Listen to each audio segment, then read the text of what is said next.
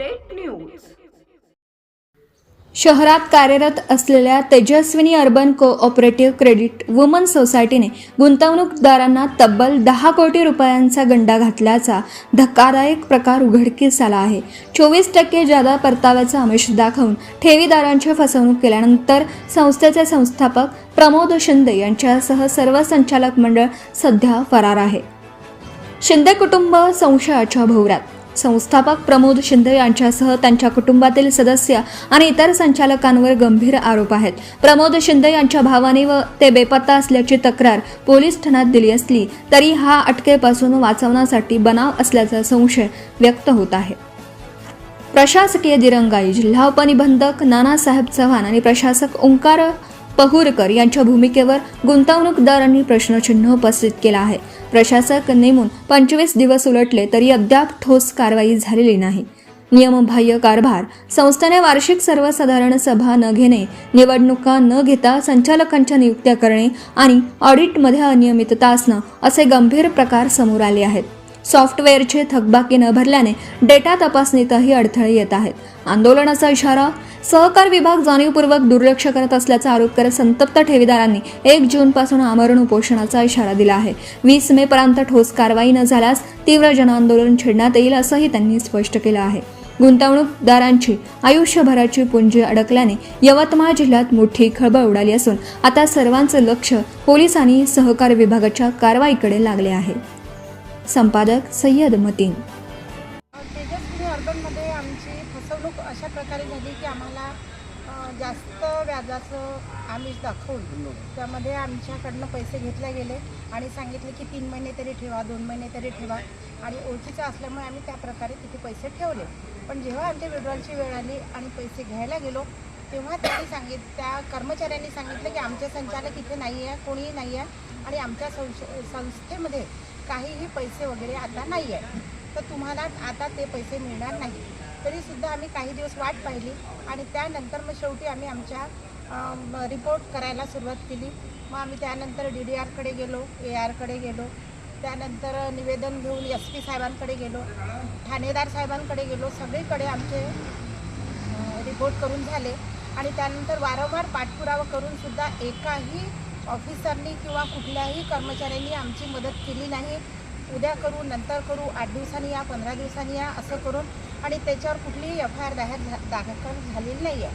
आता आम्हाला पैसे मिळण्यासाठी कुठलाही मार्ग आमच्याकडे राहिलेला नाही आहे। शेवटी आम्ही 1 जूनपासून सर्वजण साखळी उपोषणाला किंवा आमरण उपोषणाला सामोरे जाण्यास तयार आहोत। तर सोनटक्के त्याचा जो मेसेज त्याचा जो DDR ऑफिसमध्ये जाऊन त्या सहकार्य AR ऑफिसमध्ये जाऊन सेटलमेंट करते।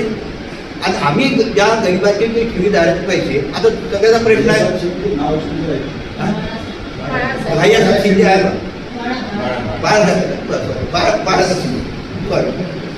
त्याच्यानंतर मग आम्ही त्यांना भेटलो। पुन्हा मग आम्ही कलेक्टर साहेबाकडे गेलो। त्या दिवशी कलेक्टर साहेबाला त्याची सुट्टी होती 28 तारखेला कलेक्टरला, तर तिथं मग आवड गावामध्ये नोंद केली, आम्ही नोंद केली, पत्रसुद्धा त्यांनी रिसिव्ह दिलं आणि एक आम्ही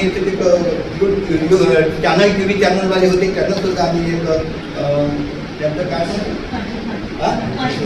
त्यांनासुद्धा सांगितलं, त्यांनीसुद्धा माझी माहिती घेतली आणि शेतकरी त्या चवळेसाठी ते काम करतात त्यांनासुद्धा सांगितलं। त्याच्यानंतर मग आम्ही आजपर्यंत कमीत कमी 22/2/2026 पासून तर आजच्या तारीखपर्यंत त्या लोकांच्या, त्याच्या भावाला, त्याच्या नातेवाईकाला माझा भाऊ कुठं आहे, प्रमोद शिंदेची बायको कुठं आहे, त्याचे नातेवाईक कुठे, हे सगळं माहीत असूनही हे कसे काय त्यांना FIR दाखल करत नाही, गुन्हे दाखल करत नाही। ह्या संदर्भात आजच्या स्थितीमध्ये ऑपरेशन आपल्यासोबत होत आहे। टोटल 12 लाख आहे। ही 12 लाखाची गुंतवणूक केली। आता ऑगस्ट महिन्यात 2026ला मला 2 वर्ष पूर्ण होते। आता विड्रॉलसाठी जाणार, याच्यासाठी मी सरांना बोलले, पण त्या अगोदरच सर पळून गेले इथे। म्हणजे पळून गेले मीन्स आम्हाला असं माहिती झालं की पुण्या इथे गेलेले आहे बा, म्हणजे सांगण्यात आलं त्यांच्याकडनं। पण त्यानंतर जेव्हा कॉन्टॅक्ट केला तर त्यांनी काही कॉल उचलले नाही आणि अदर कस्टमरचे पण असे पैसे त्यांनी गुंतवणूक करून म्हणजे सरळ दिलेच नाही आहे भरपूर जणांचे पैसे। आता काय भूमिका आहे तुमची? आता भूमिका अशी आहे की याच्यावर कारवाई झाली पाहिजे। कारवाई न झाल्यास आपल्याकडून काय करण्यात येईल? गुन्हा दाखल झाला पाहिजे। मॅडम इकडे बा समोर। नेमकं असं सांगा की त्यांच्यावर गुन्हा दाखल झाला. त्याचा जो डिसिजन त्याचा जो DDR ऑफिसमध्ये जाऊन त्या सहकार्य ER ऑफिसमध्ये जाऊन सेटलमेंट करते.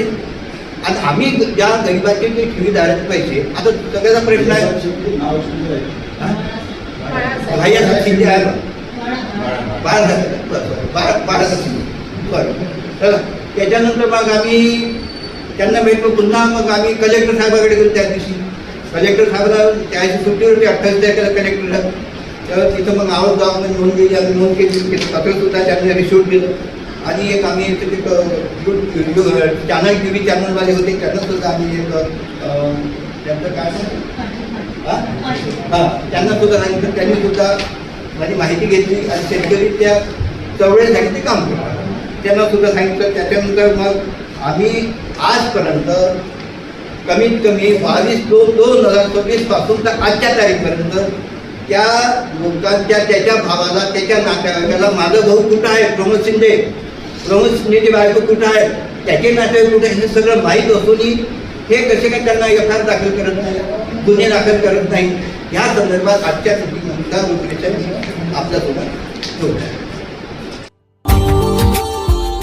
Subscribe now and press the bell icon. Never miss an update.